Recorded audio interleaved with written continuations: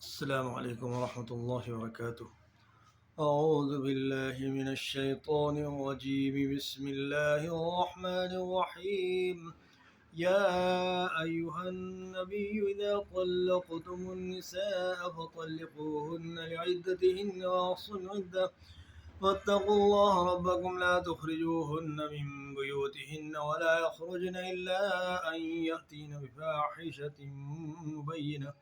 وتلك حدود الله ومن يتعد حدود الله فقد ظلم نفسه لا تدري لعل الله يحدث بعد ذلك أمرا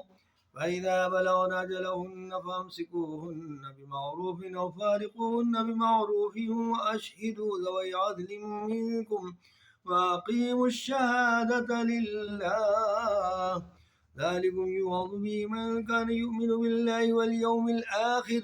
ومن يتق الله يجعل له مخرجا ويرزقه من حيث لا يحتسب ومن يتوكل على الله فهو حسبه إن الله بالغ أمره قد جعل الله لكل شيء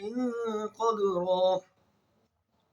واللائي يئسن من المحيض من نسائكم إن ارتبتم فعدتهن 3 أشهر واللائي لم يحضن وأولاة الأحمال أجلهن أن يضعن حملهن ومن يتق الله يجعل له من أمره يسرا ذلك أمر الله أنزله إليكم ومن يتق الله يكفر عنه سيئاته ويعظم له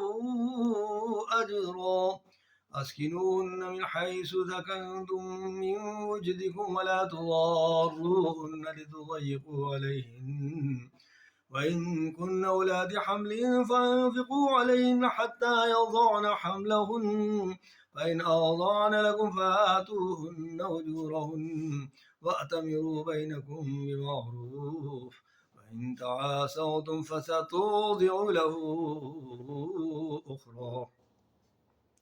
لينفق ذو سعة من سعته ومن قدر عليه رزقه فلينفق مما آتاه الله لا يكلف الله نفسا إلا ما آتاها سيجعل الله بعد عسر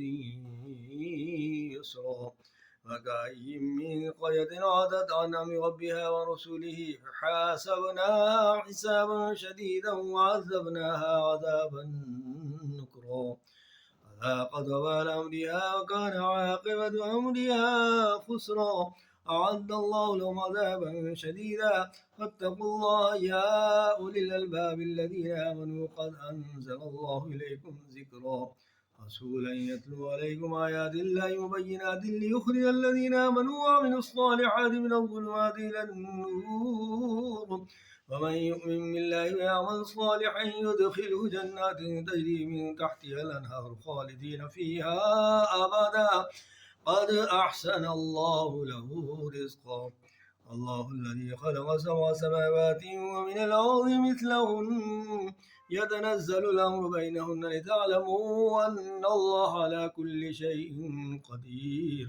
وأن الله قد أحاط بكل شيء علما صدق الله العظيم.